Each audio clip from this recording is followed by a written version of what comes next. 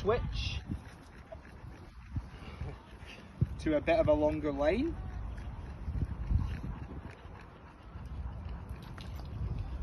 So the line, first of all, whenever I'm teaching the dog anything new, you're teaching the dog place, you know, just anything. You should always put, in the main, you should always put a line or a leash on the dog for 2 reasons. Number 1 is to keep things safe. So no matter what, I've got her, she's on a line. Number 2 is to give the dog direction or information if they need information, okay?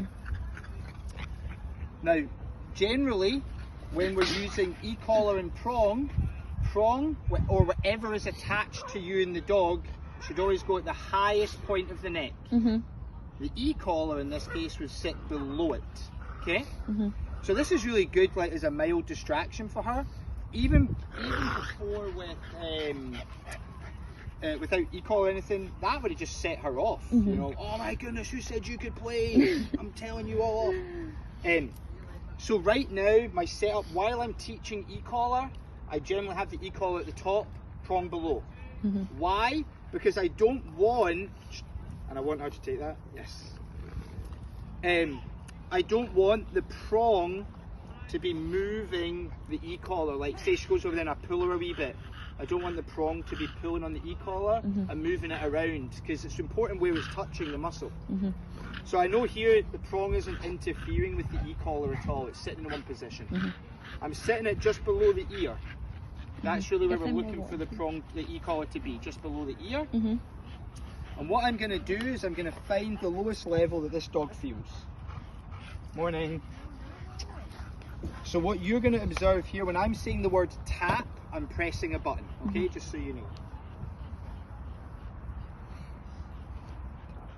Tap, tap. And I'm starting on from 1 and going up until I see a reaction. Tap, tap, tap, tap. And I did this with you before, didn't I? I introduced her a wee bit to the collar. That's right, okay. Tap, tap, tap, tap, tap. Vala, come. Good girl. Good job, buddy. So you saw the reaction, she felt something, and what I want her to learn is, that means come to me. The way that switches off is coming to me. Yeah. But just as important, before even that, I want her comfortable with the sensation, okay? So see, because I'm not dictating where she should be. Just shut up because you're filming. Shush, go away. Because I'm not really dictating where she should be right now. Like, I'm allowing her to move here and there. The prong moves, and that would be pulling the e-collar, which I don't want right now. So that's why I've sat the prong below.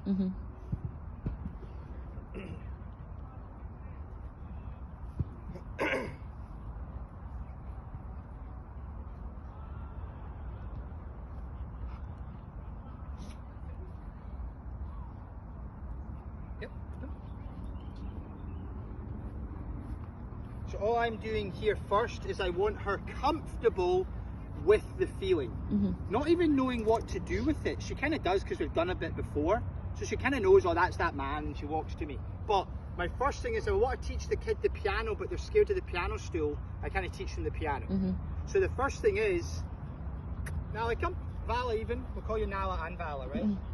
Maybe if you were brown, we'd call, if you're a light brown, we'd call you Nala.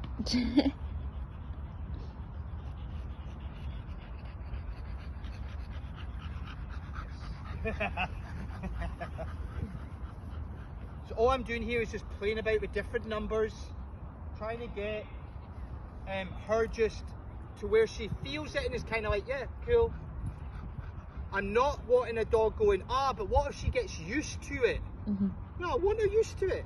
What if she gets used to the prong? Yeah, I want her to understand it. These are not punishment devices. These are tools that allow us to correct behaviour, yes, but most of the time we're just whispering. So I want her to understand the Spanish, so that if I do need to shout, yes, she understands, but she needs to understand Spanish first.